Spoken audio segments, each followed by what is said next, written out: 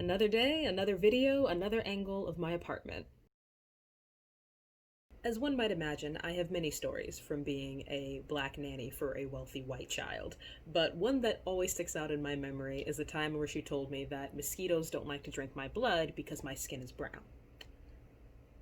Now, is that relatively harmless considering some other things I've heard? Yes. Was it additionally entertaining because at the time we were in the park and she was getting ate up? Yes. But that story stuck with me because it was a reminder that children do notice race, something that science has proven over and over again, but who listens to science? And one thing I made a point of doing the few summers that I worked for her parents was always incorporating books with people of color in them during story time. She, unsurprisingly, had a pretty white bookshelf, and especially when you're a child and you're spending such personal, intimate time with your parents by reading stories at night, which was one of her favorite things to do, having a bookshelf that subtly reinforces this idea that only certain types of kids get to go on adventures or have magical experiences or get happy endings matters. And for me, someone who grew up with a non-black mom who made a very specific point of including black and brown children in my media, I know how important it is, not only to see yourself represented, but to be reminded that you are not someone who can be fit in a tiny box that some people would like to put you in. So today I want to talk about some of my favorite black children's books. To be clear, these are not anti-racist books for children, although those are a great option. These are just books that I loved growing up, some I love now as an adult, and some that I really think that you'll enjoy too, no matter what type of stories that you and your kids like to read together. So, first we have Cendrillon. Do I know if that's how you pronounce it? No, I don't speak French. But this is a Caribbean Cinderella by Robert D. Souci, illustrated by Brian Pinkney. Remember that name, Pinkney, you will hear it again. And this is an absolutely beautiful retelling of a classic Cinderella story. One of my favorite things about this book is that they incorporate a lot of French Creole words. So in the very back, there's this glossary where they teach you how to pronounce them and what all of them mean. So if you're a parent who's looking to introduce new languages to your kids, this is a great way to do it. Cendrillon, the French form of Cinderella. Monsieur, Mr. Paul, a man's name. Bebe. Listen, I did my best. I'm still doing my best. I don't think y'all understand how important this book was to me. I am in my 20s, so this was long before Princess and the Frog. This was even long before the Brandy and Whitney Houston iconic Rodgers and Hammerstein adaptation. Before we had a black princess with micro braids, I had Cendrillon. Look at her. Look at her. Look at her beautiful brown skin, the headscarf, the natural hair. Come on now. And there's no prince in this book, but the prince stand-in, Paul, also a beautiful Caribbean man. I cannot tell you how mad I was when I saw Princess and the Frog, and we did not get a black prince. Little black boys need fairy tales too. The next book that I would recommend is Mirandy and Brother Wind, and this is by Patricia C. McKissack and illustrated by Jerry Pinkney. Now this has 2 different awards, so if you're an elitist person who cares about these things, awards. Morandi and Brother Wind is about a young girl who wants to win the annual cakewalk competition. And while she does have a friend, Ezel, who wants to be her partner, she can do better than him. She wants to literally capture the wind, known as Brother Wind, so he will be her dance partner. Because everybody knows that nobody can do a cakewalk like the wind can. Now she enlists the helps of her grandmother, of a local woman, of her father, all sorts of people in trying to capture the wind to be her cakewalk partner. All the while being teased by girls in her class, all the while Ezel's trying to prove that he can be just as good of a cakewalk partner. And one of the reasons I love this book, besides the beautiful illustrations, is that it gives you a perspective on rural black life in the South. You get to see her mother cooking, get to see her father chopping wood, her grandmother sewing, and you get to hear about this amazing, beautiful, a cultural event, the annual cakewalk. Everybody from the Ridge dresses up in their Sunday best to see the Chillins dance. And it's just a great way to learn a bit about Southern Black culture. And it's pretty funny. And I mean, come on.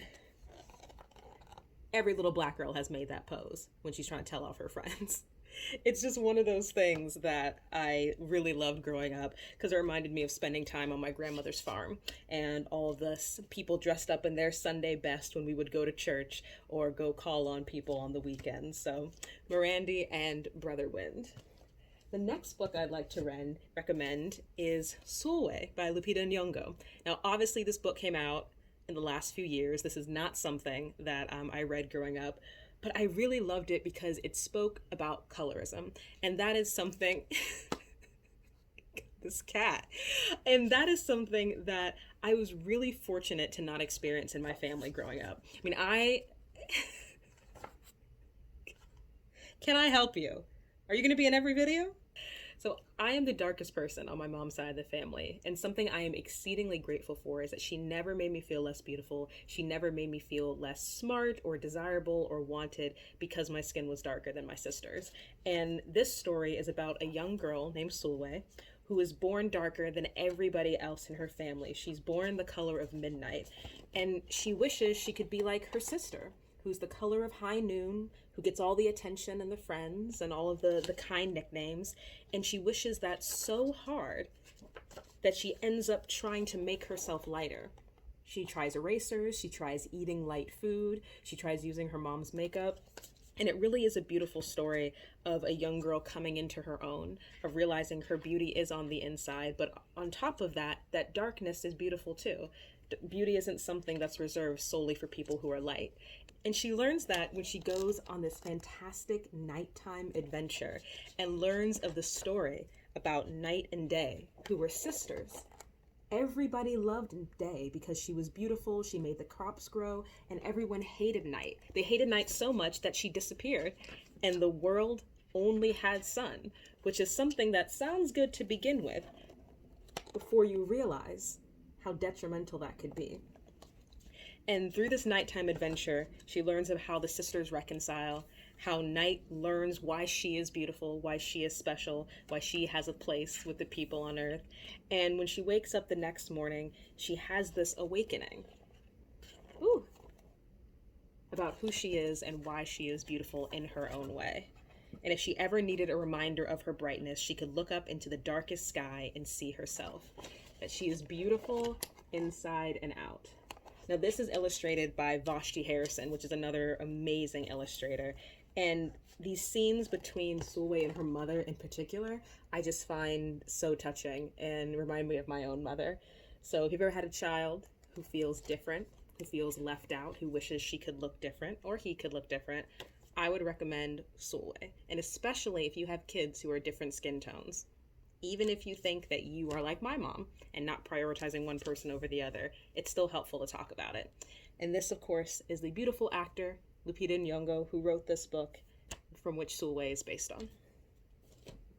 Next, we have Her Stories, African-American folk tales, fairy tales, and true tales, as told by Virginia Hamilton, illustrated by Leo and Diane Dillon.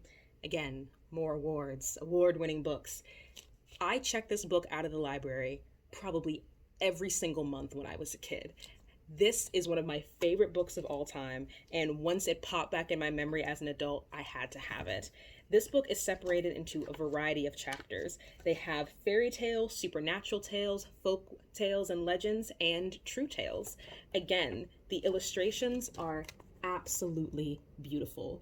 All of the stories have been passed down for generations, and they're a little bit more mature, so I would recommend them for older children. For example, this scared the crap out of me when I was a kid. Look at this. This is about a young woman who's being ridden by a broom, ridden like a broom in her nightmares by a boo hag until her mother saves her.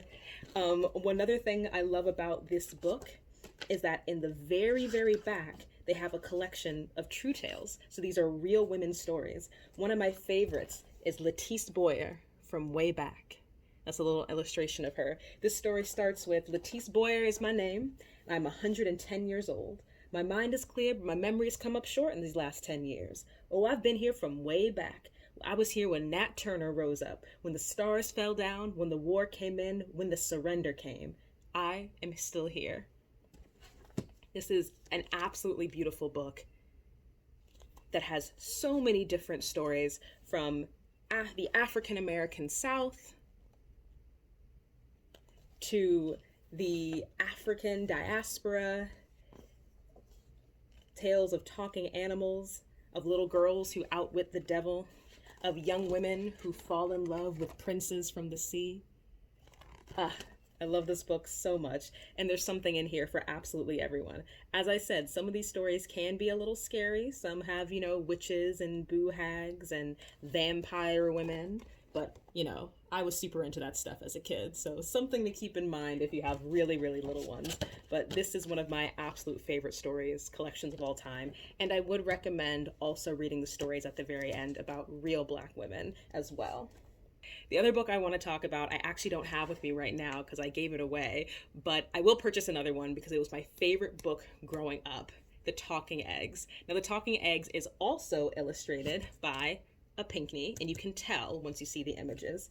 And it's about the story of two sisters, one who is mean and cruel and selfish, and one who is sweet and kind and responsible. And each of them spend the night at a magical cabin with a woman who is very involved in a lot of strange and sometimes scary things. And each of those women get completely different outcomes at the end of their night with this woman based on their character. Rose is someone who will help a person in need, who will do what she's told to do, such as chores, even when she doesn't want to do it. And Blanche is someone who is just interested in looking cute and being pretty and getting what she wants. And one of the reasons I love The Talking Eggs was because it really was about character, about if you are true to your word, if you are responsible, if you care for your elders and, heed them and pay them mind, that life will reward you. And now that may not always be true, but it is a really nice sentiment to have for children. Now, these are not the only great Black children's books out there. There are so many others, but these and The Talking Eggs were the ones I wanted to talk about because they made such an impact on my life. I will be leaving some links in the comments below about ways that you can support anti-racist movements, ways you can educate yourself and your families, and where you can purchase these books. I would highly, highly recommend them. And even if you're someone who is completely beyond conversations about race and ethnicity, who think it's all a bunch of liberal bullshit, get some books. Just buy some damn books. Buy some books with different characters, buy some books by different authors, and see what it's like to explore a culture different from your own, and see what it's like to introduce to your children a new type of world of magic. And who knows? Maybe one day you'll look outside and they'll try to be dancing with Brother Wind.